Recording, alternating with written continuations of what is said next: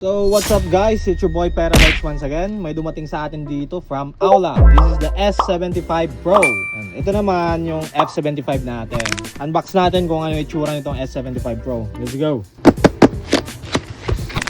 Upon opening the box, syempre, yung kanyang warranty card, basic manual, tapos meron din siyang dust cover. And this is it. Yun. Ang ganda guys. So, tingnan pa natin kung anong kasama sa box.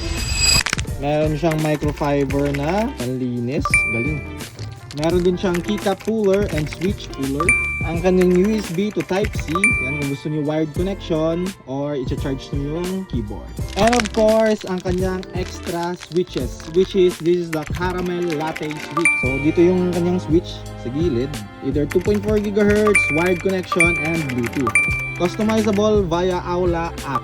Snappy, quality.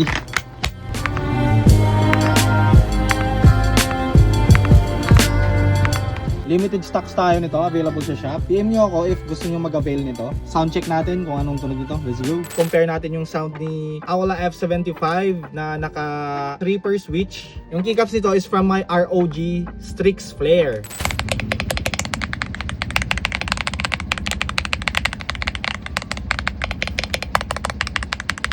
And ito naman si S75 Pro na naka caramel latte switch.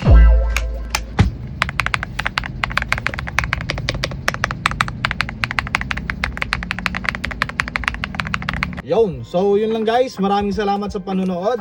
PM lang kung gusto nyo umorder. Perabytes out. Alright.